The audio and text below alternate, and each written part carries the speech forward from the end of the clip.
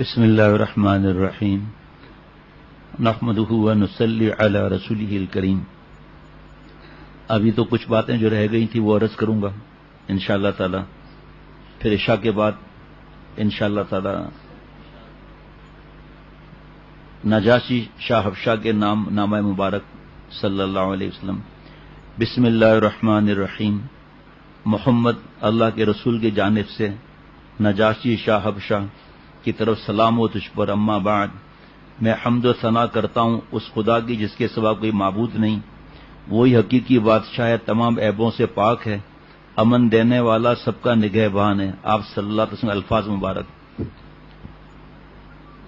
وہ سب کا نگہبان، گواہی دیتا ہوں کہ عیسیٰ مریم کے بیٹے اللہ کی خاص روح اور اس کا کلمہ ہے، جس کو اللہ تعالیٰ نے مریم پاک کی طرف القاء کیا، بس حاملہ ہوئی۔ عیسیٰ علیہ السلام سے اللہ تعالیٰ نے ان کو اپنی خاص روح اور نفخہ سے پیدا کیا، جیسے آدم علیہ السلام کو اپنے بے چون و گما ہاتھ سے بلا ماں باپ کے پیدا کیا۔ میں تجھ کو اللہ کی طرف بلاتا ہوں جو ایک ہے، کوئی اس کا شریک نہیں، اس کی اطاعت اور فرما برداری کی محبت کی طرف اور اپنے اتباع کی طرف، اور اس بات کی طرف جو اللہ کی طرف سے میرے پاس آیا، یعنی قرآن، اور اس پر ایمان لا، تحقیق میں اللہ کا رسول ہوں۔ میں تجھ کو اور تیرے تمام لشکر کو اللہ کی طرف بلاتا ہوں۔ میں اللہ کا پیغام پہنچا چکا اور نصیحت کی، بس میری نصیحت قبول کرو، سلامتی اس پر جو ہدایت کی اتباع کریں۔ عمر بن امیہ زمیری رضی اللہ عنہ کو یہ خط دے کر روانہ فرمایا۔ عمر بن امیہ رضی اللہ عنہ نے آپ کا خط پہنچایا، بادشاہ سے مخاطب ہو کر فرمایا، اے اصحمہ، مجھے آپ سے کچھ کہنا ہے۔ یہ نجاشی کا نام تھا۔ امید ہے کہ آپ غور سے سنیں گے، ہمیں آپ پر اعتماد اور اطمینان اور آپ سے حسن ظن ہے۔ ہم جب کبھی آپ سے کسی خیر اور بھلائی کی امید کی، ہمیشہ ہمیں وہ بھلائی آپ سے حاصل ہوئی۔ آپ کے سایہ امن میں ہم کبھی خوف و ہراس ہمیں پیش نہیں آیا۔ انجیل جس کا حجت ہونا آپ کے زبانی معلوم ہوا، وہ ہمارے اور آپ کے مابین شاہد عادل ہے، جس کی شہادت رد نہیں کی جا سکتی، اور ایسا قاضی اور حاکم ہے کہ جو اپنے فیصلے میں عدل و انصاف سے تجاوز نہیں کرتا۔ اگر آپ نے اس دعوت کو قبول نہ کیا تو آپ اس نبی امی کے حق میں ایسے ہی ثابت ہوں گے جیسا کہ یہود عیسیٰ علیہ السلام کے حق میں۔ رسول اللہ صلی اللہ علیہ وسلم نے اپنے قاصد اور سفیروں کے پاس بھی روانہ فرمائے، لیکن بنسبت دوسروں کی تم سے زیادہ امید ہے۔ اپنے قاصد اور سفیر اوروں کے پاس بھی روانہ فرمائے ہیں۔ نجاشی نے کہا، میں گواہی دیتا ہوں اور قسم کھاتا ہوں کہ آپ صلی اللہ علیہ وسلم وہی نبی امی ہیں جن کا اہل کتاب انتظار کرتے تھے، اور قسم کھاتا ہوں کہ آپ صلی اللہ علیہ وسلم وہی نبی امی ہیں جن کا اہل کتاب انتظار کرتے تھے، اور جس طرح موسیٰ نے راکب الحمار سے عیسیٰ علیہ السلام کی بشارت دی، اسی طرح سے محمد صلی اللہ علیہ وسلم کی بشارت دی، اور مجھے آپ صلی اللہ علیہ وسلم نبوت اور رسالت کا اس درجہ یقین ہے کہ عینی مشاہدے کے بعد بھی میرے یقین اور اذعان میں اضافہ نہ ہوگا، جیسا کہ بعض صالحین کا ہے کہ اگر پردہ بھی اٹھا دیا جائے تو میرے یقین میں زیادتی نہیں ہوگی۔ اور آپ صلی اللہ علیہ وسلم کے والا نامہ یعنی خط کو آنکھوں سے لگایا، تخت سے اتر کر زمین پر بیٹھ گیا اور اسلام قبول کیا اور حق کی شہادت دی، اور آپ صلی اللہ علیہ وسلم کا والا نامہ کا جواب لکھایا۔ بسم اللہ الرحمن الرحیم۔ محمد رسول اللہ صلی اللہ علیہ وسلم کی جانب نجاشی اصحم کی جانب سے سلام ہو آپ پر، اور اے اللہ کے پیغمبر، اور رحمتیں اور برکتوں اللہ کی آپ پر۔ میں تعریف کرتا ہوں اس ایک خدا کی جس نے مجھ کو اسلام کی ہدایت اور توفیق مرحمت فرمائی۔ یا رسول اللہ، آپ کا والا نامہ پہنچا۔ عیسیٰ علیہ السلام کے بابت جو کچھ آپ نے ذکر کیا، قسم آسمان اور زمین کے پروردگار کی کہ عیسیٰ علیہ السلام اس سے ذرہ برابر زیادہ نہیں، بلا شبہ ان کی شان وہی ہے۔ کیا ہوا؟ جو آپ نے ذکر کی، جو دین دے کر آپ ہماری طرف بھیجے گئے، ہم نے اس کو پہچان لیا، آپ کے اور ان کے رفقا کی مہمانی کی۔ بس گواہی دیتا ہوں کہ آپ اللہ کے سچے اور تصدیق کیے ہوئے رسول ہیں۔ میں نے آپ سے اور آپ کے ساتھیوں سے بیعت کی اور ان کے ہاتھ پر اللہ رب العالمین کے لیے اسلام لایا ہوں۔ آپ کی خدمت میں اپنے بیٹے ارحب بن اصحم کو بھیجتا ہوں۔ میں صرف اپنی ذات کا مالک ہوں، اگر اشارہ ہو تو میں خود خدمت میں حاضر ہوں۔ یا رسول اللہ، میں گواہی دیتا ہوں کہ آپ جو کچھ فرماتے ہیں بالکل حق ہے، سلام آپ پر اے اللہ کے رسول۔ نجاشی نے اپنے بیٹے کو حبشہ کے 60 آدمیوں کے ساتھ ایک کشتی میں سوار کرا کر بھیجا، آپ صلی اللہ علیہ وسلم کی خدمت میں روانہ کیا، لیکن وہ کشتی راستے میں ہی غرق ہو گئی۔ کلونجی کا تیل جان لگانا ذرا مجھے۔ یہ وہی نجاشی ہے جس کے طرف مسلمانوں نے 5 نبوی میں ہجرت کی، اس کا نام اسحمہ ہے۔ حضرت جعفر رضی اللہ عنہ کے ہاتھ پر اسلام لایا اور رجب 9 ہجری میں اس نے وفات پائی۔ اس کے وفات کے بعد دوسرا نجاشی اس کا جانشین ہوا۔ رسول اللہ صلی اللہ علیہ وسلم نے ایک خط اس کے نام بھی روانہ کیا۔ اس نجاشی کا اسلام ثابت نہ ہوا اور نہ اس کا نام معلوم ہوا۔ حافظ ابن کثیر فرماتے ہیں کہ یہ نجاشی اس نجاشی کا علاوہ ہے جو حضرت جعفر رضی اللہ تعالیٰ عنہ کے ہاتھ پر مسلمان ہوا۔ یہ تھوڑے تھوڑے سے رہتی ہیں چیزیں درمیان میں۔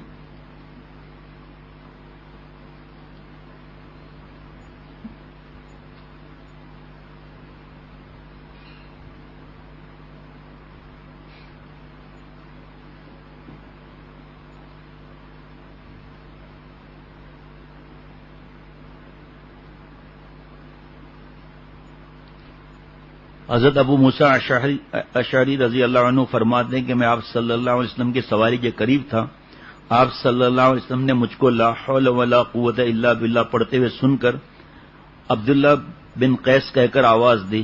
میں نے عرض کیا لبیک یا رسول اللہ حاضر ہوں۔ آپ صلی اللہ علیہ وسلم نے فرمایا کیا میں تجھ کو جنت کا خزانہ نہ بتلاؤں؟ میں نے عرض کیا میرے ماں باپ آپ پر فدا ہوں، کیوں نہیں، ضرور بتلائیے۔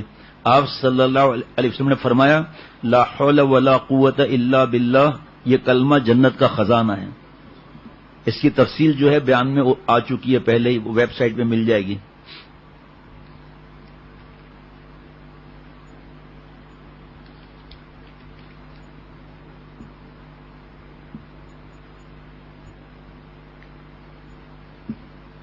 فتح خیبر کے بعد آپ صلی اللہ علیہ وسلم نے وادی القرا کا رخ فرمایا۔ 4 دن کے محاصرے کے بعد فتح فرمایا علاقے کو۔ آپ صلی اللہ علیہ وسلم کے غلام آپ صلی اللہ علیہ وسلم کا کجاوا اتار رہا تھا کہ ایک ناگہانی تیر آ کر لگا جس سے وہ شہید ہوا۔ لوگوں نے کہا اس کو شہادت مبارک ہو۔ آپ صلی اللہ علیہ وسلم فرمایا نہیں، خدا کی قسم جس چادر کو اس نے مالی غنیمت میں سے چرایا ہے وہ آگ بن کر اس پر مشتعل ہوگی۔ اس شخص نے جو آپ صلی اللہ علیہ وسلم یہ کہتے سنا تو ایک جوتے کا تسمہ لے کر آیا۔ آپ صلی اللہ علیہ وسلم نے فرمایا جوتی کا ایک تسمہ بھی خیانت کیا ہوا جہنم سے ہے۔ باتیں تو اور بھی ہیں لیکن بس اللہ تعالیٰ سے عرض کرنا ہے۔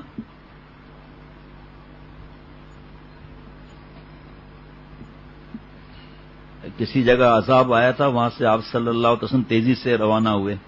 اس پہ لکھا ہوا ہے کہ ایسے جگہ سے فوراً نکل جانا چاہیے، جیسے کہیں فلموں کے اشتہار لگے ہوئے ہوتے ہیں یا اور بے حیائی کا کوئی معاملہ ہوتا ہے۔ میں نے آپ لوگوں سے وعدہ کیا تھا کہ حضرت خالد بن ولید رضی اللہ تعالیٰ کے ایمان لانے کا واقعہ عرض کروں گا۔ حضرت خالد بن ولید رضی اللہ تعالیٰ کہتے ہیں کہ جب حق تعالیٰ جل شانہ نے میرے ساتھ خیر کا معاملہ ارادہ فرمایا تو اللہ تعالیٰ نے میرے دل میں اسلام کی محبت ڈال دی۔ بس جزاک اللہ۔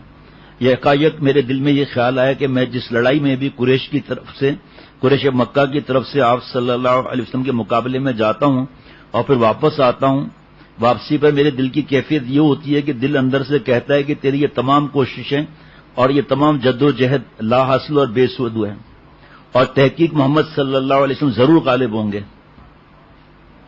ان حالات میں بھی۔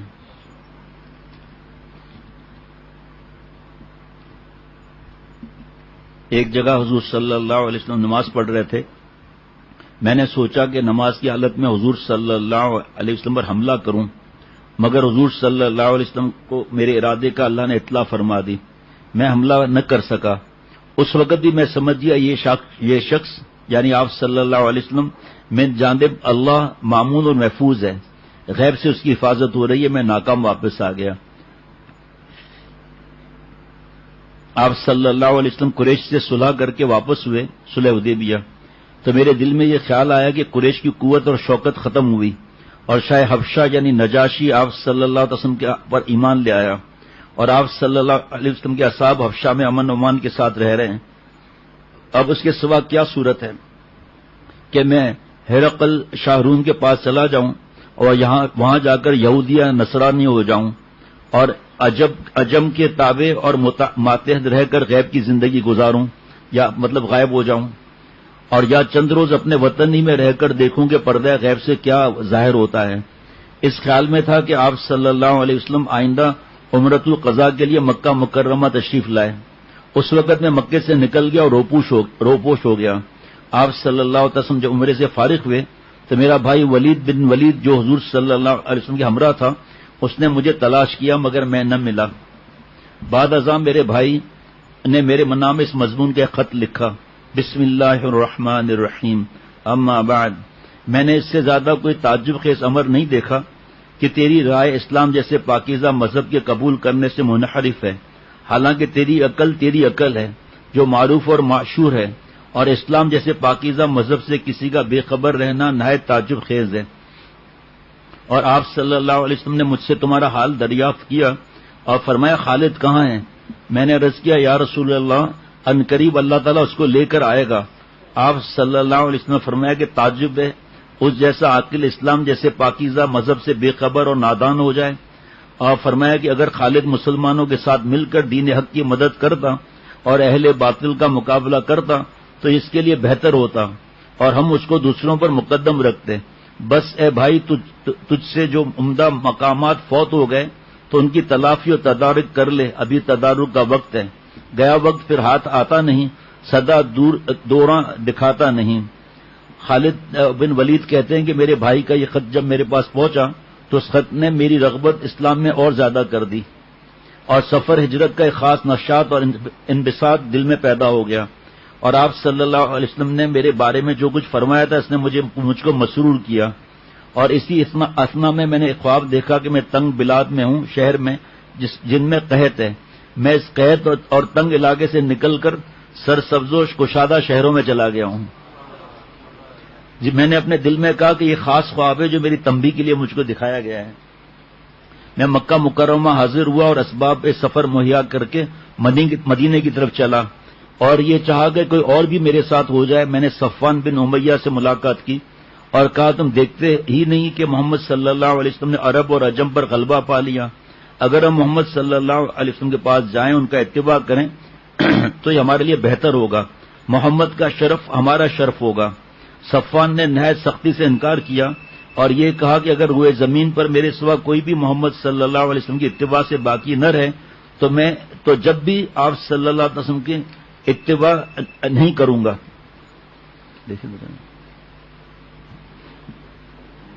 میں نے اپنے دل میں کہا کہ اس شخص کا باپ اور بھائی بدر میں مارے گئے ہیں, اس لیے اس سے کوئی توقع نہیں کی جا سکتی. بعض ازام میں اکرمہ بن ابی جہل سے ملا اور جو بات میں نے صفوان سے کہی تھی وہی اکرمہ سے کہی. اکرمہ نے بھی مجھے وہی جواب دیا جو صفوان نے دیا تھا. خالد کہتے ہیں کہ میں اپنے گھر گیا, اونٹنی کو تیار کیا اور خیال کیا کہ لاؤ عثمان بن طلحہ سے ملاقات کر لوں. وہ میرا سچا دوست ہے, لیکن مجھ کو اس کے باپ دادا کا قتل ہونا یاد آیا اور تردد ہو گیا کہ عثمان سے ذکر کروں یا نہ کروں. پھر یہ خیال آیا کہ ذکر کرنے میں میرا کیا نقصان ہے, میں تو اب جا ہی رہا ہوں. چنانچہ میں نے عثمان بن طلحہ سے وہی امر ذکر کیا کہ جو صفوان سے کیا تھا. عثمان بن طلحہ نے میرا مشورے کو قبول کیا اور کہا میں بھی مدینہ چلتا ہوں اور مقام یا حج میں تم سے مل لوں گا. تم اگر پہلے پہنچ جاؤ تو میرا انتظار کرنا, مقام یاجج میں تم سے مل لوں گا. اگر میں پہلے پہنچ گیا تو میں تمہارا انتظار کروں گا. خالد بن ولید کہتے ہیں کہ میں بھی روانہ ہوا. حسب وعدہ مقام یاجج میں عثمان بن طلحہ مجھے مل گئے. الگ صبح ہم دونوں وہاں سے روانہ ہوئے. ہم دونوں جب مقام ہدا میں پہنچے تو عمر بن عاص سے ملاقات ہوئی. وہ بھی اسلام کے ارادے سے مدینہ جا رہے تھے. عمر بن عاص نے مجھ کو دیکھ کر مرحبا کہا, ہم نے بھی مرحبا کہا. پوچھا کہاں جا رہے ہو؟ کہا کہ اسلام میں داخل ہونے اور محمد صلی اللہ علیہ وسلم کی اتباع کے ارادے سے جا رہا ہوں. ہم نے کہا ہم بھی اسی ارادے سے نکلے ہیں. خالد بن ولید کہتے ہیں کہ اس طرح ہم تینوں ساتھ ہو لیے اور مدینہ میں داخل ہوئے. اپنی سواری کے اونٹ مقام حرا میں بٹھائے. کسی نے ہماری خبر آپ صلی اللہ علیہ وسلم کو پہنچائی آپ صلی اللہ علیہ وسلم ہماری آمد کی خبر سن کر بہت مسرور ہوئے اور فرمایا کہ مکہ نے اپنے جگر گوشوں کو پھینک دیا۔ خالد کہتے ہیں کہ میں نے عمدہ کپڑے پہنے اور آپ صلی اللہ علیہ وسلم کی خدمت میں حاضری کے لیے چلا، اور راستے میں مجھے میرا بھائی ولید آ ملا، ولید بن ولید، اور کہا جلدی چلو، رسول اللہ صلی اللہ علیہ وسلم کو تمہاری آمد کی خبر پہنچ گئی، حضور پر نور صلی اللہ علیہ وسلم تمہاری آمد سے بہت مسرور ہوئے اور تمہارے منتظر ہیں۔ ہم تیزی کے ساتھ چلے اور حضور پر نور صلی اللہ علیہ وسلم کی خدمت میں حاضر ہوئے۔ حضرت صلی اللہ علیہ وسلم مجھے دیکھ کر مسکرائے۔ میں نے کہا السلام علیکہ یا رسول اللہ۔ آپ صلی اللہ علیہ وسلم نے نہایت خندہ پیشانی سے میرے سوال کا جواب دیا۔ میں نے اسی وقت کلمہ پڑھ کر ایمان قبول کر لیا۔ آپ صلی اللہ علیہ وسلم نے فرمایا قریب ہو جاؤ، اور فرمایا حمد ہے اس ذات پاک کی جس نے تجھے اسلام کی توفیق دی۔ میں دیکھتا تھا کہ تجھ میں عقل ہے اور امید کرتا تھا کہ وہ عقل تجھ کو خیر اور بھلائی کی طرف رہنمائی کرے گی۔ خالد کہتے ہیں کہ میں نے عرض کیا کہ آپ صلی اللہ علیہ وسلم دیکھتے تھے کہ مقامات جنگ میں آپ صلی اللہ علیہ وسلم کے اور حق کے مقابلے میں حاضر ہوتا تھا، جس سے میں شرمندہ اور نادم ہوں۔ اس لیے آپ صلی اللہ علیہ وسلم سے درخواست کرتا ہوں کہ آپ صلی اللہ علیہ وسلم میرے لیے دعا فرمائیں کہ اللہ تعالیٰ میری ان تمام خطاؤں کو معاف کر دے۔ آپ صلی اللہ علیہ وسلم نے ارشاد فرمایا اسلام ان تمام امور کا خاتمہ کر دیتا ہے جو اس سے پہلے ہو چکے ہیں۔ یہ ہے توبہ کا بھی یہی معاملہ ہے کہ جو ایمان تو لا چکے ہیں، ضمیر میں اسلام تو لا چکے ہیں، اب اتنے گناہ کر لیے، جس میں ایک بزرگ فرماتے ہیں گناہ بہت سارے کر بیٹھی ہے، گناہ بہت سارے کر بیٹھی ہے، ہن پیشی تو ڈر دی ہے، کہ آخرت کی پیشی یاد کر کے ڈر لگ رہا ہے۔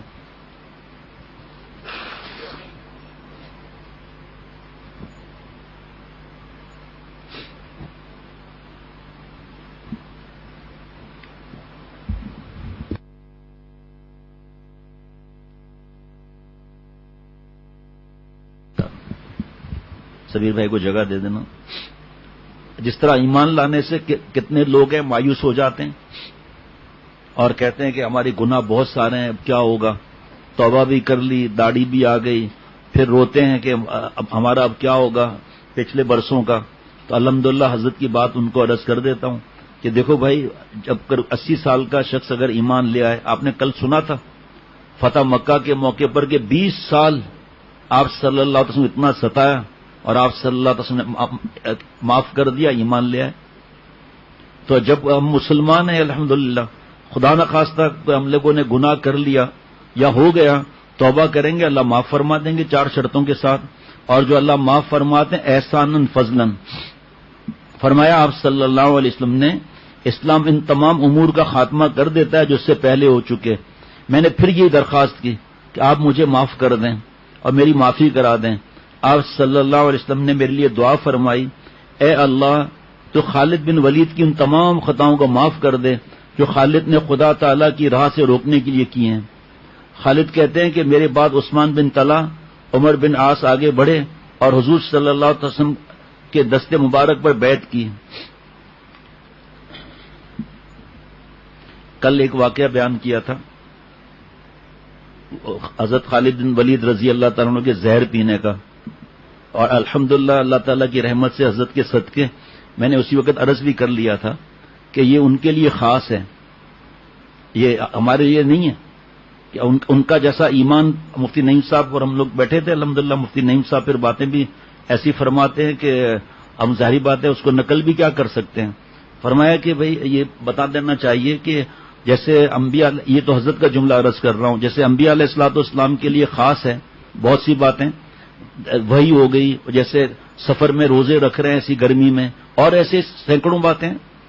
اسی طرح صحابہ رضوان اللہ علیہم اجمعین کا جو ایمان جو آپ صلی اللہ علیہ وسلم دیکھا ہوا، فرما رہے ہیں حضرت علی رضی اللہ تعالیٰ عنہ کہ جب میرے سامنے جنت دوزخ میں آئے گی تو میرے ایمان میں ذرہ برابر اضافہ نہیں ہوگا، ابھی میں اس وقت یہی سب یقین لا رہا ہوں۔ اور ایک ہی صحابی ہیں، کتنوں کے ساتھ جا کر مقابلہ فرما رہے ہیں۔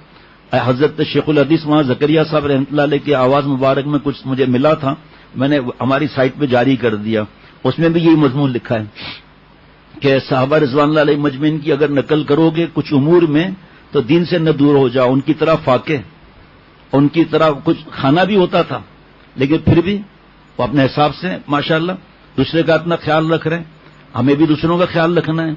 پھر شکم مبارک پر پتھر باندھے ہوئے شاہ ابی طالب کی گھاٹی میں، اور کتنا ماشاءاللہ آپ صلی اللہ علیہ وسلم کے ایک اشارے پر جان دینا. ہم تو اشارے کیا، قرآن پاک حدیث پاک کے ثبوت کے ساتھ بھی سب چیزیں ہیں. ٹی وی کہاں سے گھر سے نکالتے ہیں، شرعی پردہ کہاں سے کرتے ہیں، اور صرف اس میں نقل کر کے اور زہر کھا کر اور دعا پڑھ لیں.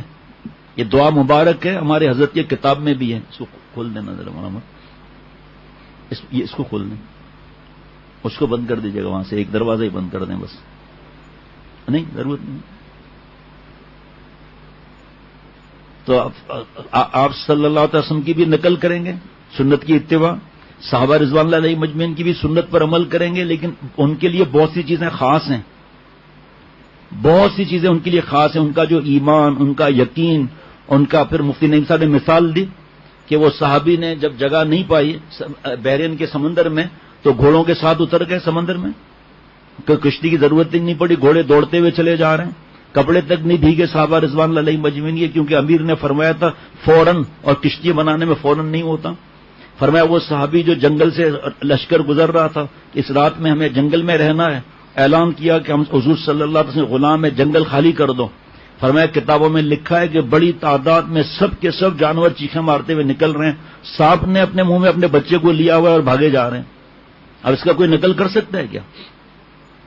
تو ایسی اور بہت سی باتیں ہیں. اور دوپہر میں بیٹھے تھے کھانے پر، اکیلے بھی بیٹھے تھے، تو فرمایا اس طرح کی باتیں ہیں، اب کوئی نقل کر سکتا ہے؟ اللہ معاف فرمائے.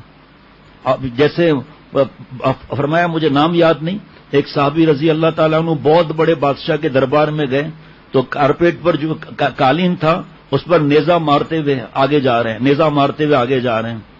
تو بادشاہ نے کہا میں نے آپ کے لیے اور اٹھا کے نیزے سے اٹھا کے کارپیٹ پھینک دیا قالین، کہتے میں نے آپ کے لیے بچھایا، پر میں اس کی ضرورت نہیں.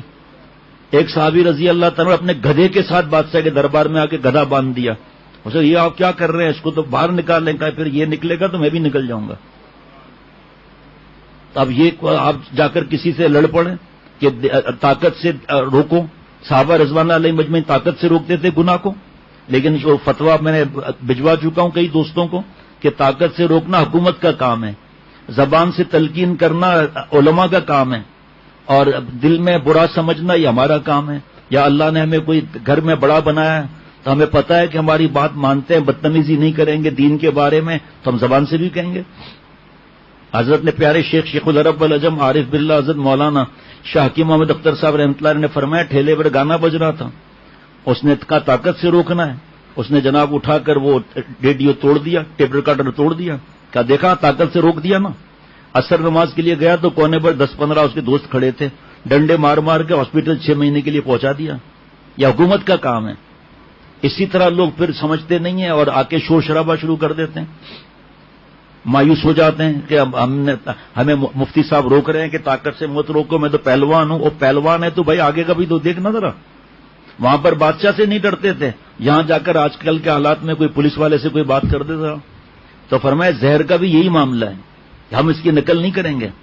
وہ صحابہ رضوان اللہ علیہ مجمعین کے لیے حضرت خالد بن ولید رضی اللہ تعالیٰ کا اللہ پر ایسا یقین اور ایسا وہ تھا، اور اس میں یہ بھی چھپا ہوا تھا کہ یہ دیکھ کر ایمان لے آئے گا، ایسا ہی لیا دیکھ کر ایمان لے آئے. پھر حضرت والا کی بات عرض کر رہا ہوں کہ حضرت ابراہیم علیہ السلام کو آگ میں ڈالا گیا، وہ آگ ان کے لیے باغ بن گئی. دوسرا نمرود ہاتھ لگا رہا ہے، آگ اس کو جلا رہی ہے. حضرت یونس علیہ السلام مچھلی کے پیٹ میں آ گئے. حضرت یوسف علیہ السلام قید خانے میں چلے گئے. یہ انبیاء علیہ الصلوۃ والسلام کے لیے خاص چیزیں ہوتی ہیں، اور آپ کو پتہ ہے سب لوگوں کے میں اس طرح کا بیان بھی نہیں کرتا ہوں. اور پھر مفتی نعیم صاحب نے حدیث پاک سنائی جس کا مفہوم یہ ہے کہ عوام کی جو اللہ نے عقل دی ہے نا اس کی سطح کے حساب سے بیان کرنا چاہیے. مفہوم ہے، ایسا مت کرو کہ وہ بیچارے پریشان ہو جائیں. تو دوستوں کو پتہ ہے اس میں بہت سی ایسی باتیں ہیں جو ہمارے بس کی نہیں ہے، میں نے بیان ہی نہیں کی. وہ جو احکامات شریعت کے بعد میں آئے، جیسے بہت سی چیزیں ہیں. سود لینا آپ صلی اللہ علیہ وسلم نے آتے ہی ختم کر دیا سب، ہر چیز کا. جیسے شراب، اب اس سے پہلے کوئی واقعہ اگر تاریخ میں کہیں لکھا ہے کہ ہم تھوڑی اس کو بیان کریں گے، نہ ہم سمجھ سکتے ہیں سچی بات ہے نہ سمجھا سکتے ہیں. اس لیے ہمارے دوست اور ساتھی جو اس معاملے میں آدھا گھنٹہ مفتی نعیم صاحب فون آیا تو وہ مفتی صاحب سمجھا رہے تھے، اس لیے میں نے ضروری بتا دوں تاکہ کسی کے اندر تھوڑا اس کے بارے میں تردد نہ ہو جائے۔ غزوہ موطا میں آپ کو یاد ہوگا کہ جھنڈا دیا تھا آپ صلی اللہ علیہ وسلم نے، یہ شہید ہو جائے تو یہ شہید ہو جائے تو یہ۔ حضرت عبداللہ بن رواحہ رضی اللہ تعالیٰ عنہ رو پڑے۔ لوگوں نے کہا اے ابن رواحہ کس چیز نے تم کو رلا دیا؟ تو عبداللہ بن رواحہ رضی اللہ تعالیٰ عنہ نے جواب دیا آگاہ ہو جاؤ، خدا کی قسم مجھے نہ دنیا سے محبت اور نہ تم سے شفتگی، لیکن میں نے رسول اللہ صلی اللہ علیہ وسلم کو کتاب اللہ کی آیت پڑھتے سنائے کہ نہیں ہے تم میں سے کوئی شخص مگر ضرور دوزخ پر گزرنے والا، اور خدا کے نزدیک یہ امر مقرر ہو چکا ہے، بس نہیں معلوم جنت پر ورود کے بعد واپسی کیسے ہوگی، اس لیے روتا ہوں۔ اس کو کھولنے میں لگا۔ لشکر جب روانہ ہونے لگا تو مسلمانوں نے پکار کر کہا خدا تعالیٰ تم کو صحیح سالم اور کامیاب واپس لائے۔ حضرت عبداللہ بن رواحہ رضی اللہ عنہ نے یہ شعر پڑھا، میں واپسی نہیں چاہتا بلکہ اللہ کی مغفرت اور اس کے راہ میں ایسے گہرے زخم کا خواہش مند ہوں جو جھاگ پھینکتا ہوں، یا ایسا کاری زخم ہو جو تیز ہو اور ایسے نیزے سے لگے جو میری انتڑیوں اور جگر سے پار ہو جائے، یہاں تک کہ لوگ جب میری قبر پر گزریں تو یہ کہا جائے واہ واہ کیا غازی تھا، کیسا کامیاب ہوا۔ لشکر جب چلنے کے بالکل تیار ہو گیا تو عبداللہ بن رواحہ آپ صلی اللہ علیہ وسلم کے قریب ہے اور یہ شعر پڑھا، آپ بے شک اللہ کے رسول ہیں، جو شخص آپ صلی اللہ علیہ وسلم کے فیوز اور برکات اور آپ صلی اللہ علیہ وسلم کے چہرے انور کے دیدار سے محروم رہا تو سمجھ لو کہ وہ قضاء و قدر نے اس کی تحقیر کی کہ اس کو اس دولت عظمیٰ سے محروم رکھا۔ بس اللہ تعالیٰ موسیٰ علیہ السلام کی طرح آپ کے محاسن کو ثابت اور قائم رکھے اور انبیاء سابقین کی طرح آپ کی مدد فرمائے۔ میں نے آپ صلی اللہ علیہ وسلم میں خیر اور بھلائی کو بہت زیادہ محسوس کر لیا ہے اور یہ میرا احساس مشرکین کے نظر اور احساس کے برخلاف ہے۔ آپ صلی اللہ علیہ وسلم نے فرمایا ہے اور تجھ کو بھی اے ابن رواحہ اللہ تعالیٰ ثابت قدم رکھے گا، تجھ ثابت قدم رکھے۔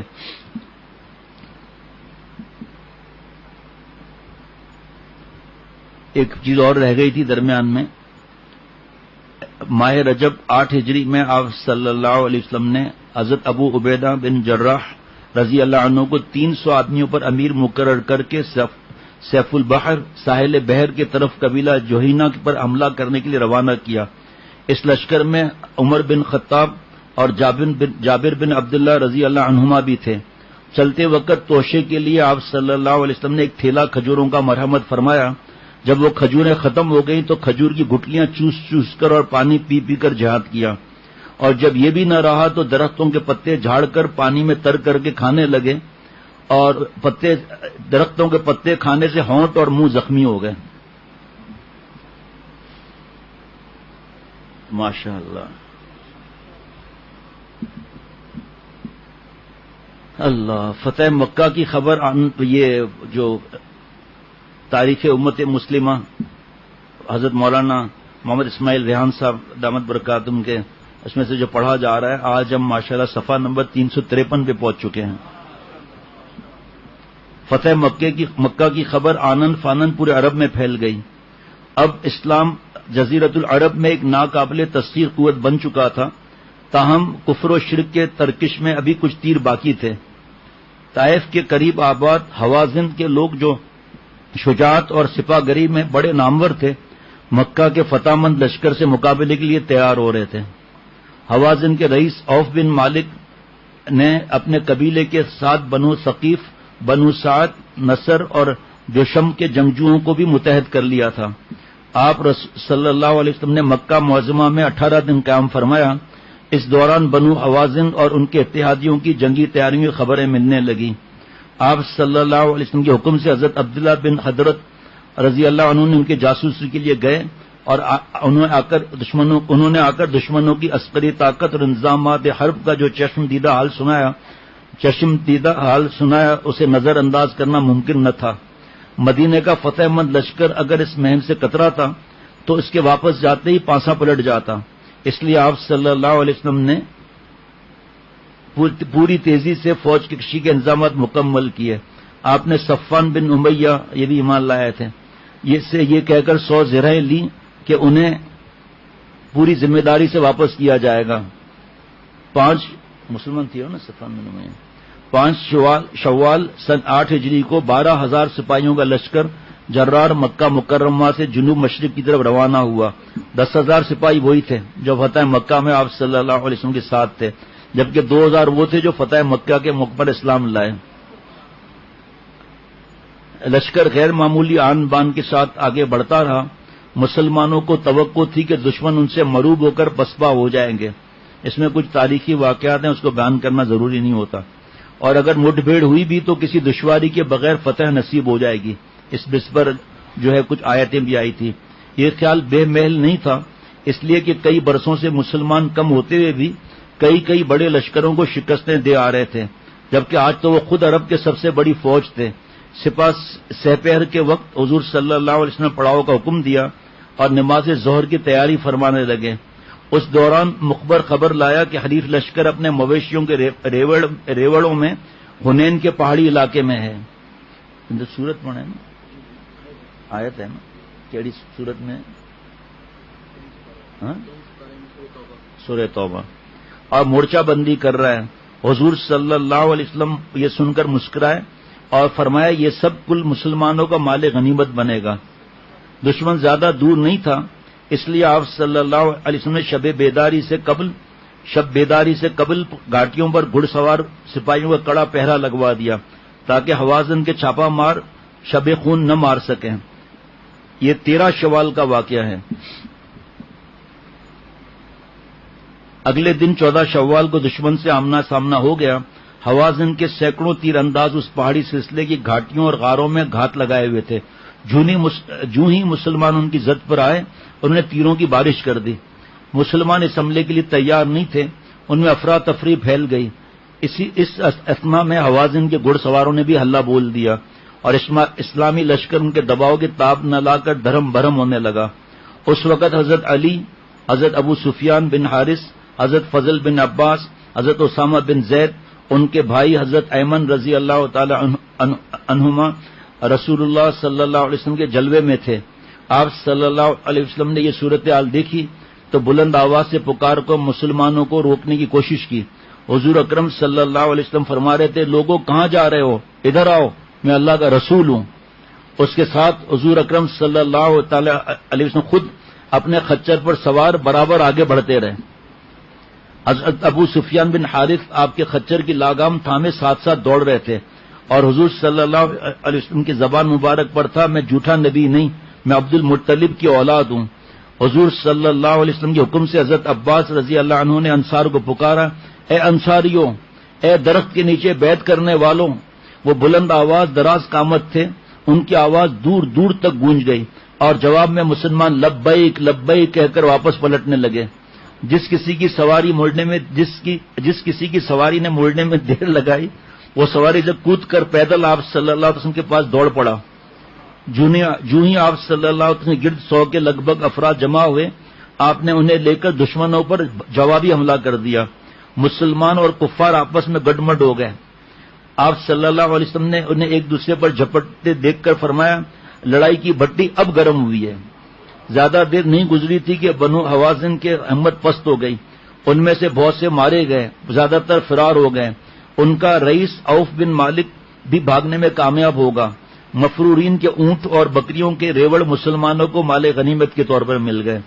اب آگے آئے گا انشاءاللہ عشاء کے بعد جو حج آخری اتنا بڑا لشکر جو ہے، پہلے 40,000 سے ابتدا ہوئی، پھر لوگ ملتے گئے اور لبیک کے نعرے لگتے جا رہے ہیں۔ حوازن اور ان کے اتحادیوں کو اگرچہ میدان میں شکست ہوئی، مگر اس جنگ کا دوسرا مرحلہ ابھی باقی تھا۔ حوازن کا سردار عوف بن مالک اپنے لشکر کے باقی ماندہ افراد کے ساتھ پسپا ہو کر طائف کے قلعے میں مورچہ زن ہو گیا تھا۔ پورے عرب میں یہ محفوظ ترین قلعہ بندی تھی، اور پہاڑ پر ہونے کی وجہ سے اس پر حملہ کرنا خاصا مشکل تھا، کیونکہ حملہ آور جو قلعے کے تیر اندازوں کے ضد میں رہتے، جو دیواروں پر بیٹھے ہوئے تھے، جبکہ خود ان کے تیر اوپر جا نہیں سکتے تھے۔ حضور صلی اللہ علیہ وسلم کو اس معرکے کی مشکلات کا اندازہ تھا، اس لیے آپ نے غزوہ حنین سے پہلے ہی حضرت عروہ بن مسعود رضی اللہ عنہ اور بعض دوسرے صحابہ کو آلات محاصرہ مثلاً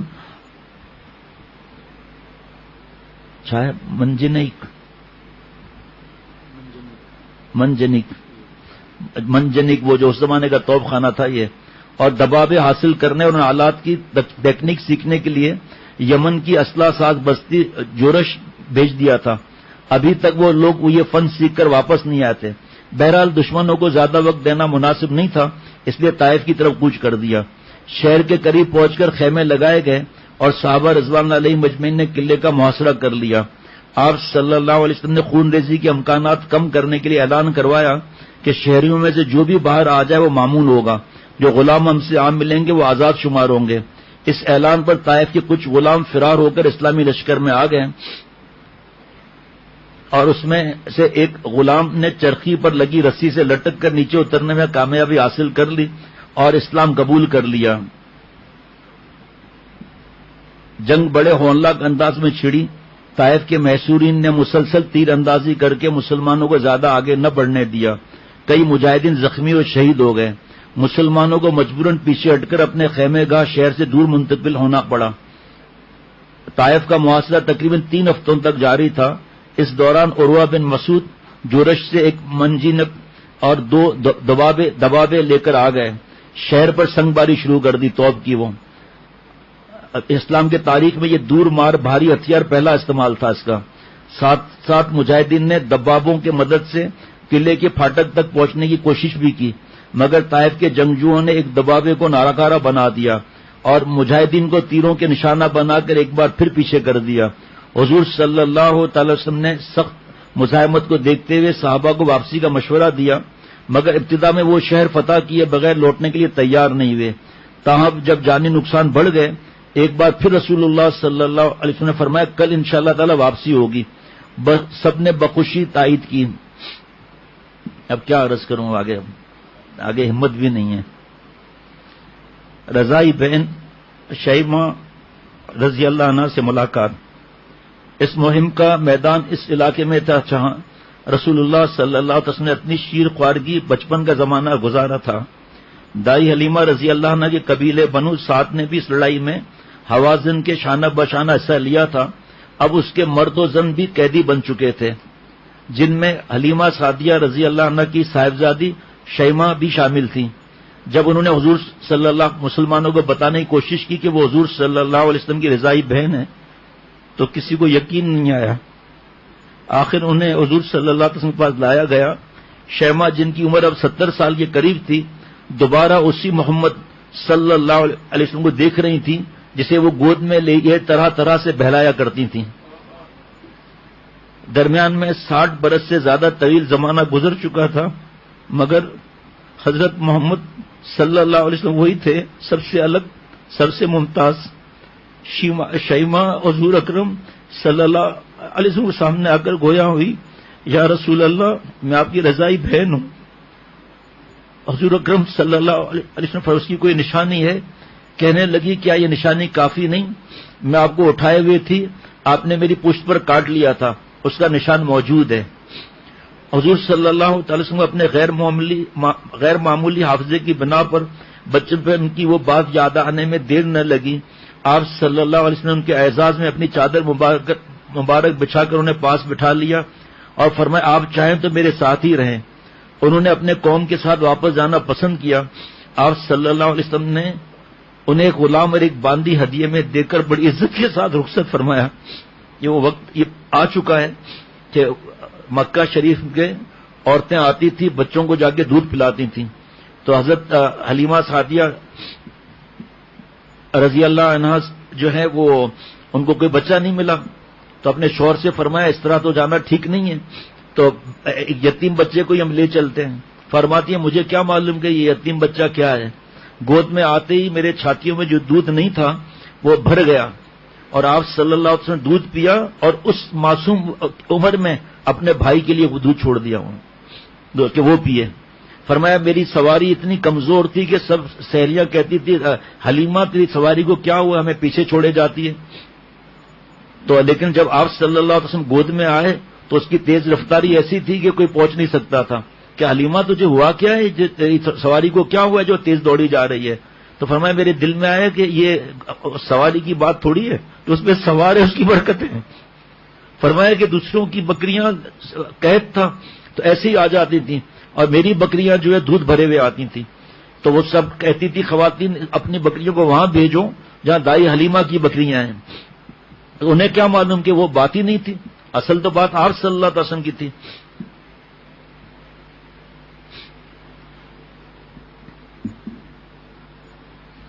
ابھی دوسری خبر سنیے، نام نہیں لوں گا ابھی، جب نام لوں گا تو پھر مزہ اور بڑھ جائے گا، اس لیے پہلے نام نہیں لیتا۔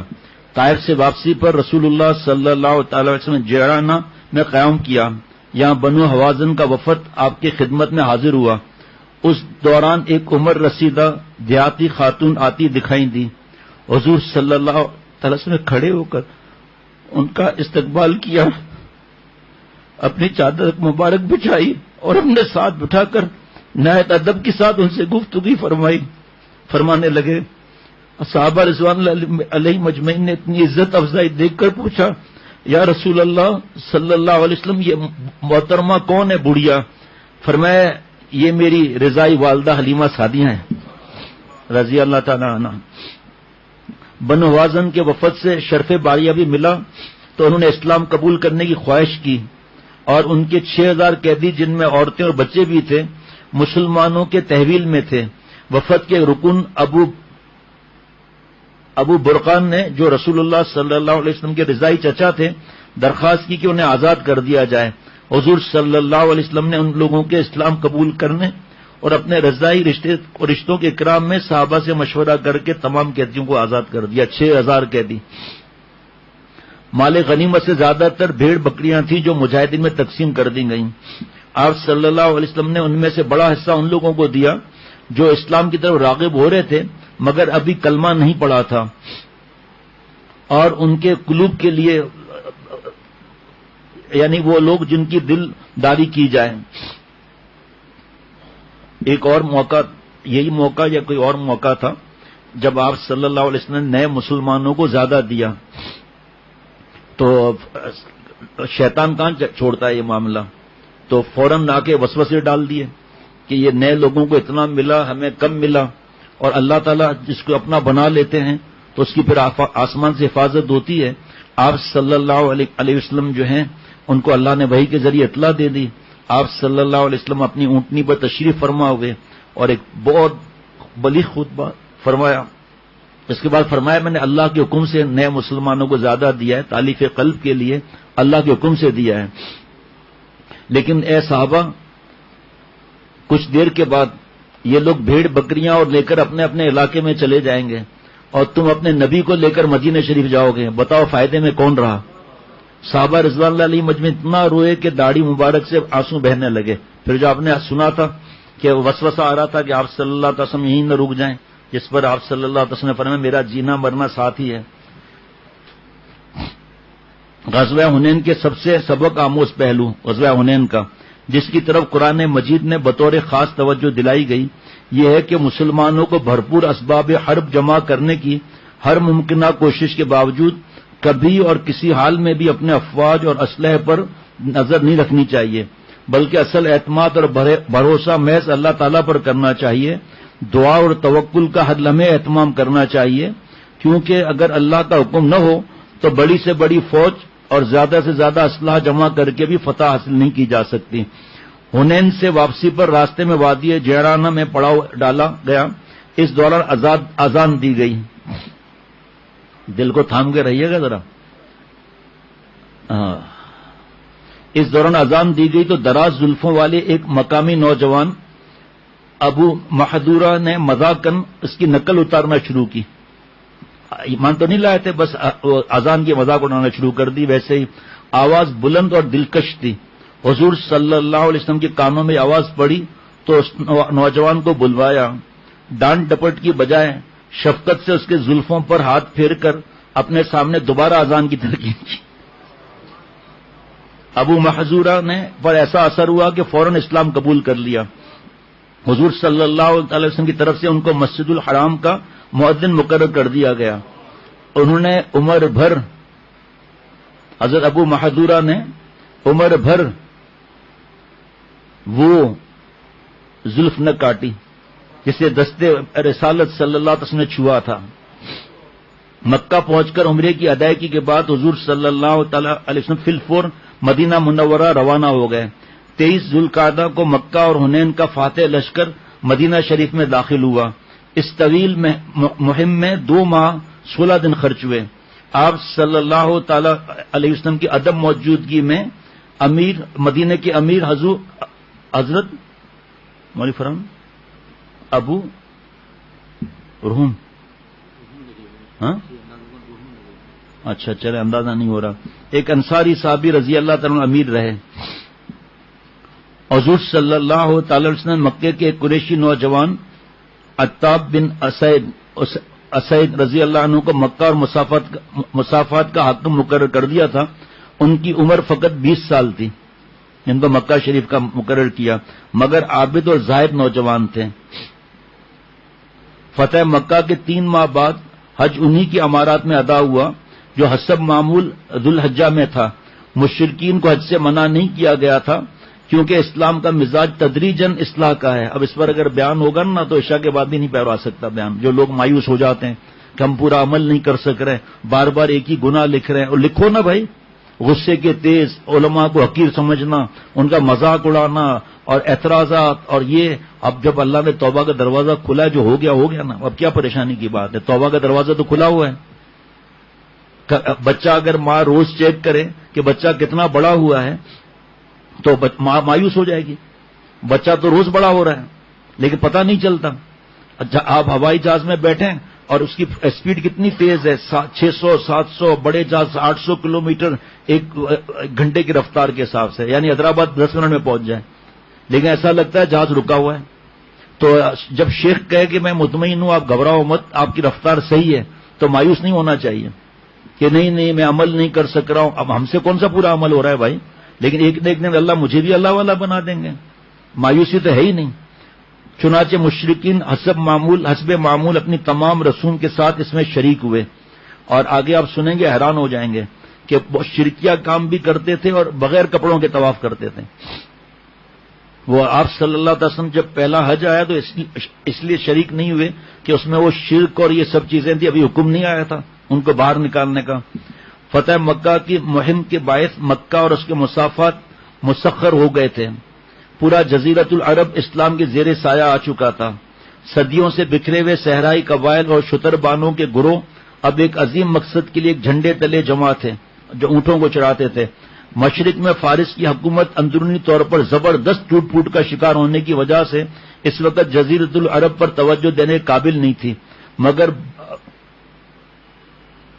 کیا لکھا مولانا صفت اللہ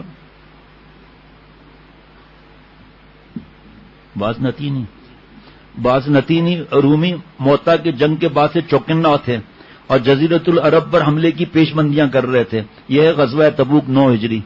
اس کے 1 سال کے بعد آپ صلی اللہ علیہ وسلم اللہ کے پاس پہنچ گئے۔ اب یہ فتح مکہ بھی ہو گیا، غزوہ حنین بھی ہو گیا، غزوہ تبوک اب شروع ہوگا۔ عشاء کے بعد انشاءاللہ تعالی اللہ کی رحمت سے اس سے آگے بڑھیں گے۔ تھوڑا ابھی اس وقت کم ہے، بس تھوڑا سا عرض کر لیتا ہوں، اور اس کے بعد پھر جو ہے حج کا ہے۔ اس کے بعد آپ صلی اللہ علیہ وسلم اللہ تعالیٰ کے پاس تشریف لے جاتے ہیں۔ وہ بھی ایسا واقعہ ہے کہ پتہ نہیں بیان بھی ہو سکے یا نہ ہو سکے۔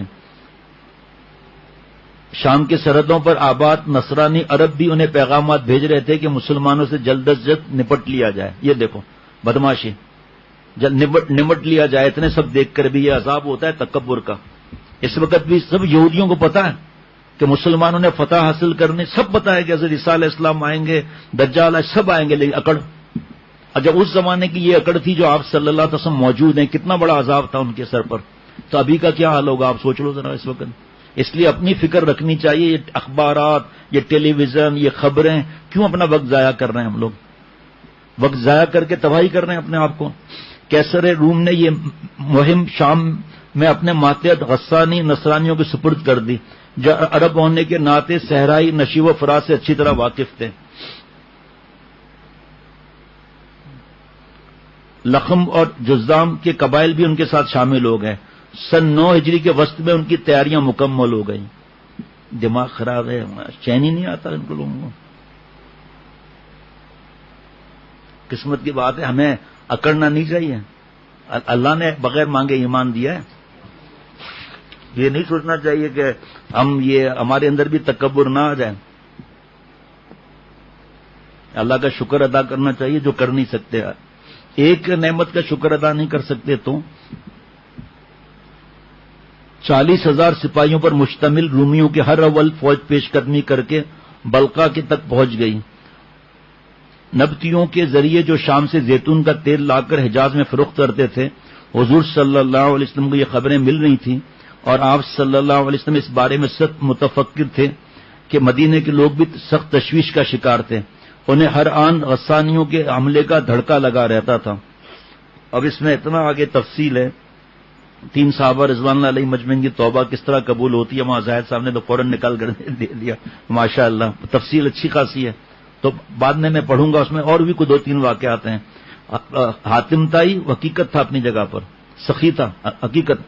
اس کی بیٹی گرفتار ہو کر آئی تھی، آپ صلی اللہ علیہ وسلم نے اس کے کہنے پر آزاد فرما دیا.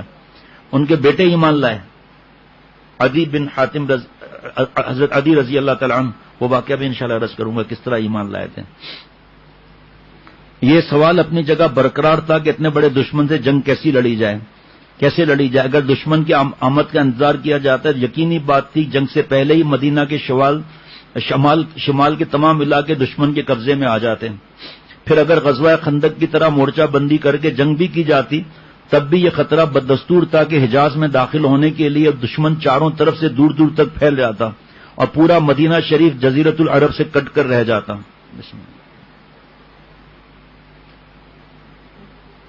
کتنے ہم خوش نصیب ہیں کہ آپ صلی اللہ علیہ وسلم کی امت میں داخل ہیں. بھائی اس خوش نصیبی پر کروڑوں زندگیاں بھی مل جائے نا، کروڑوں، اور ہر زندگی فدا کر دی جائے، اللہ پر حق ادا نہیں ہو سکتا.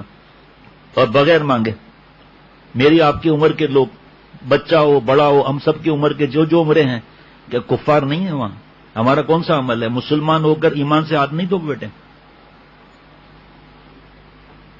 ڈرنا ہے، اتنا نہیں ڈرنا ہے کہ حضرت فرماتے تھے اتنا مت ڈرو کہ کرنا چھوڑ دو، اور اتنا مت کرو کہ ڈرنا چھوڑ دو. اکڑ آ جائے کہ میں نے اتنی عبادت کی، اتنا بیان کیا، سیرت کے بیان ہو رہے ہیں، آپ صلی اللہ علیہ وسلم کے میسج آ رہے ہیں، خط آ رہے ہیں، یہ ہو رہا ہے وہ ہو رہا ہے. اللہ بچائے ایسی بات سے. رسول اللہ صلی اللہ علیہ وسلم نے خاصی سوچ بچار اور مشورے کے بعد فیصلہ فرمایا مسلمان خود شام کی سرحدوں کی طرف پیش قدمی کریں تاکہ دشمنوں پر نفسیاتی روب طاری ہو جائے اور میدان جنگ اپنا علاقہ نہ بنے. اس حکم پر لبیک کہنا آسان نہ تھا. اب دیکھیے یہ جملہ ذہن میں رکھنا، جب 3 صحابہ رضوان اللہ علیہ مجمعین کی بات آئے گی تو یہ بات ذہن میں نہیں ہوگی تو پھر فائدہ نہیں ہوگا اس وقت. ایک تو انتہائی گرمی کے دن، دوسرے کھجوروں کے پکنے کا زمانہ تھا، اور مدینے میں اکثر صحابہ رضوان اللہ علیہ اجمعین کی مارچ اسی باغبانی پر منحصر تھی. اپنے وقت پہ اذان دینا. ایسے وقت میں باغوں کو چھوڑ کر جانا گویا فصل کو ضائع کرنے، پورے سال کی آمدنی سے محروم ہونے کے مترادف تھا. ان سب سے بڑھ کر ایک مدت سے قحط سالی چلی آ رہی تھی اور اہل مدینہ کی مالی حالت خاصی کمزور تھی. اس کے باوجود روانگی کا فیصلہ اٹل تھا. مکہ سمیت عرب کے تمام قبائل کو حکم بھیج دیا گیا کہ وہ اپنی نفری روانہ کریں. حضور صلی اللہ علیہ وسلم اکثر لشکر کشی کا رخ ظاہر نہیں فرماتے تھے، مگر اس بار سفر کی طوالت، راستے کی دشواریوں کے پیش نظر آپ صلی اللہ علیہ وسلم نے واضح کر دیا کہ شام کی طرف کوچ کرنا ہے. اس اظہار میں غالباً یہ حکمت بھی تھی کہ اس طرح مدینے میں موجود دشمنوں کے جاسوسوں کے ذریعے، جی وہاں تھے اس وقت بھی، یہ خبر شام والوں تک پہنچ سکتی تھی جس سے وہ ہراساں ہو سکتے تھے. دیکھ رہے ہیں اسباب. حضور صلی اللہ علیہ وسلم نے مسجد نبوی میں صحابہ کو جمع کر کے انہیں جہاد کے لیے صدقہ اور خیرات کرنے کی ترغیب تھی. شمع رسالت کے پروانوں نے بڑھ چڑھ کر رسالت میں بھی چندہ دیا. حضرت عاصم بن عدی رضی اللہ عنہ نے 9 وسق کھجوروں کا ذخیرہ نظر کیا. حضرت عثمان بن عفان رضی اللہ تعالیٰ عنہ نے ساز و سامان سمیت 300 اونٹ اور 1000 اس وقت کی اشرفیاں پیش کی. حضرت عبد الرحمن بن عوف رضی اللہ عنہ جو ہمیشہ آگے ہوتے تھے 100 اوقیہ چاندی، اور حضرت عمر رضی اللہ عنہ 200 اوقیہ چاندی کے علاوہ گھر کا آدھا سامان حاضر کر دیا. حضرت ابوبکر صدیق رضی اللہ تعالیٰ نے تو کمال ہی کر دیا، جو گھر میں تھا سبھی اللہ کے نام پر نثار کر ڈالا. غریب مسکین بھی پیچھے نہ رہے، اپنے حیثیت کے مطابق صدقہ اور خیرات کر گزرے. حضرت نے فرمایا تھا شیخ العرب العجم عارف باللہ حضرت مولانا شاہکی محمد اختر صاحب رحمۃ اللہ علیہ، جن کا میں غلام جن کے قدموں کی خاک، کیا فرمایا تھا؟ فرمایا دیکھو آپ صلی اللہ علیہ وسلم نے اطلاع دی نہیں دی خرچ کرنے کے لیے، لیکن کسی سے فرمایا تو نہیں، لیکن صرف اطلاع کر دی. تو جن کے سفیر نہیں کچھ نہیں وہ اگر اطلاع کریں تو پریشان ہونے کی ضرورت نہیں ہوتی. یہ سفر سواریوں کا بغیر طے کرنا بہت مشکل تھا، اس لیے لشکر کی تنظیم میں خیال رکھا گیا کہ ہر شخص کو سواری میسر آ جائے. چونکہ صحابہ کی بہت بڑی تعداد ساتھ چلنے پر تیار تھی، اس لیے سواریاں کم پڑ گئیں. ایک اونٹ پر باری باری دو تین آدمیوں کی ترتیب بنائی گئی تھی، پھر بھی کچھ افراد کے لیے کوئی انتظام نہیں ہو سکا اور وہ روتے ہوئے دربار رسالت صلی اللہ علیہ وسلم سے لوٹ گئے. البتہ ہمیشہ کی طرح منافقین کی حالت مختلف تھی. وہ خود بھی اس شدت کی گرمی میں سفر کرنے سے جی چرا رہے تھے، دوسروں کو بھی روک رہے تھے. آپ صلی اللہ علیہ وسلم نے حضرت علی رضی اللہ تعالیٰ عنہ کو مدینہ میں اپنا نائب بنایا تو منافقین باتیں بنانے لگے کہ حضور صلی اللہ علیہ وسلم ناراضگی کی وجہ سے انہیں ساتھ نہیں لے جا رہے.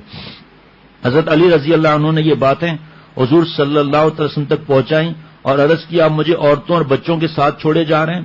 آپ صلی اللہ علیہ وسلم نے فرمایا کیا تمہیں یہ پسند نہیں کہ تمہیں مجھ سے وہی نسبت ہو جو ہارون علیہ السلام کو موسیٰ علیہ السلام سے تھی، مگر یہ کہ میرے بعد کوئی نبی نہیں ہوگا. یہ بھی واضح کر دیا، لیکن میرے بعد کوئی نبی نہیں ہوگا. حضرت علی رضی اللہ تعالیٰ نے یہ سن کر مطمئن ہو گئے. اسلامی فوج تبوک کی طرف گامزن. جمعرات آج ہے 3 رجب 9 ہجری کو حضور اکرم صلی اللہ علیہ وسلم 30,000 افراد کے ہمراہ مدینہ شریف سے روانہ ہوئے. مدینہ شریف اور اس کے مسافات مردوں سے تقریباً خالی ہو گئے تھے، صرف خواتین اور بچے پیچھے رہ گئے تھے. ان کے علاوہ کچھ وہ لوگ تھے جنہیں کچھ سخت عذر تھا، وہ چاہنے کے باوجود آپ صلی اللہ علیہ وسلم کے ساتھ نہیں جا سکے. البتہ منافقین پوری ڈھٹائی کے ساتھ اس موقع پر بھی ٹس سے مس نہ ہوئے اور گھروں میں دبکے رہے. حضرت ابو ذر غفاری رضی اللہ تعالیٰ عنہ سواری نہ ہونے کی وجہ سے روانہ نہ ہو سکے، مگر بعد میں جذبہ جہاد اتنا غالب آیا کہ سامان سفر کاندھے پر لاد کر پیدل ہی چڑھ پڑے. دروازہ کھول دینا، اذان شروع ہو گئی. اور لشکر اسلام سے جا ملے. حضرت ابو غیثمہ انصاری رضی اللہ تعالیٰ اپنے باغ بانی میں مشغول ہو کر پیچھے رہ گئے تھے. ایک دن باغ میں اپنے بیویوں کے ساتھ بیٹھے بٹھائے خیال آیا کہ حضور صلی اللہ تعالی وسلم اس وقت کتنی دشواری اور تکلیف برداشت کر کے جہاد کے سفر پر نکلے ہیں اور ہم یہاں آرام سے ٹھنڈی چاؤں میں بیٹھے ہیں. ضمیر نے ایسا جھنجھوڑا کہ اسی وقت لشکر کے پیچھے روانہ ہو گئے. عمیر بن وہب رضی اللہ عنہ بھی کئی دن کی تاخیر سے روانہ ہوئے. ابو خیثمہ رضی اللہ عنہ اور وہ ساتھ مل گئے اور راستہ طے کرتے چلے گئے. 361 صفحے پر ہیں اور آپ صلی اللہ علیہ وسلم سفر آخرت 381 صفحے پر ہیں. 20 صفحات باقی ہیں.